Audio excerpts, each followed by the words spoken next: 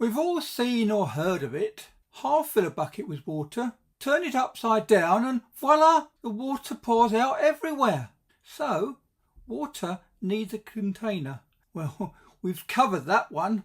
Upside down and gravity forces the water out. Yes, good old gravity. All sounds good. Now, take that half-filled bucket and swing it around. Hold on.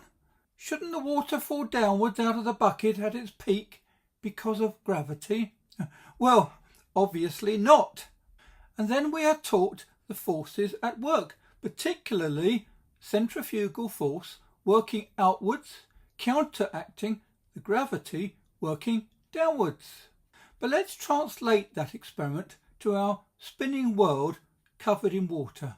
Water as deep as 36,000 feet in the Mariana Trench, all held down by gravity. But at the equator, the Earth is supposed to spin at 1,000 miles per hour. How does the water not fly off? Look, remember the bucket experiment you were indoctrinated with? Water can stay where it is, even when spinning. Cool.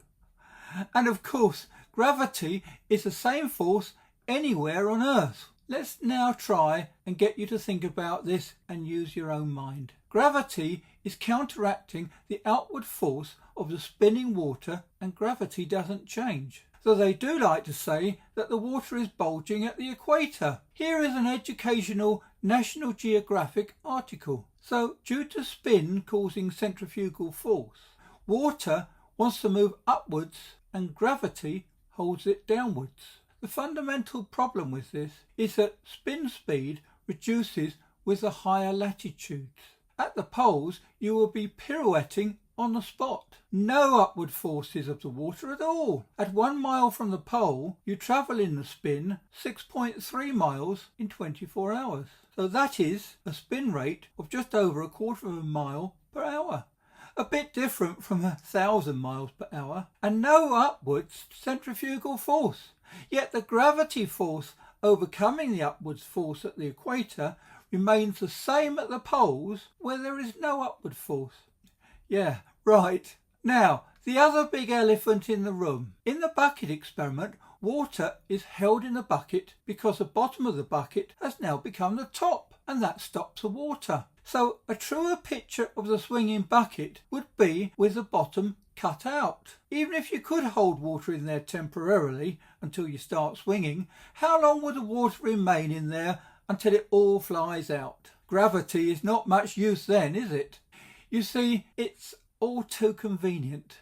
Our water in the oceans is not contained from above at the surface. I don't think our atmosphere would stop the water flinging upwards if it were spinning. But even if you give us all the mathematics to prove it is possible, the situation just got a lot worse. Because above the atmosphere, we are told, is a vacuum, the vacuum of space. And a vacuum will pull all gas and liquids towards it until there is none left. That is, apart from it spinning out. And all this should really give you something to think about.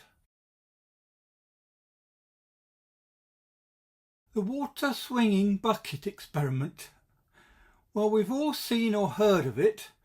Fill a bucket with some water, tie lengths of string to the handle, and then swing it in a circle above your heads.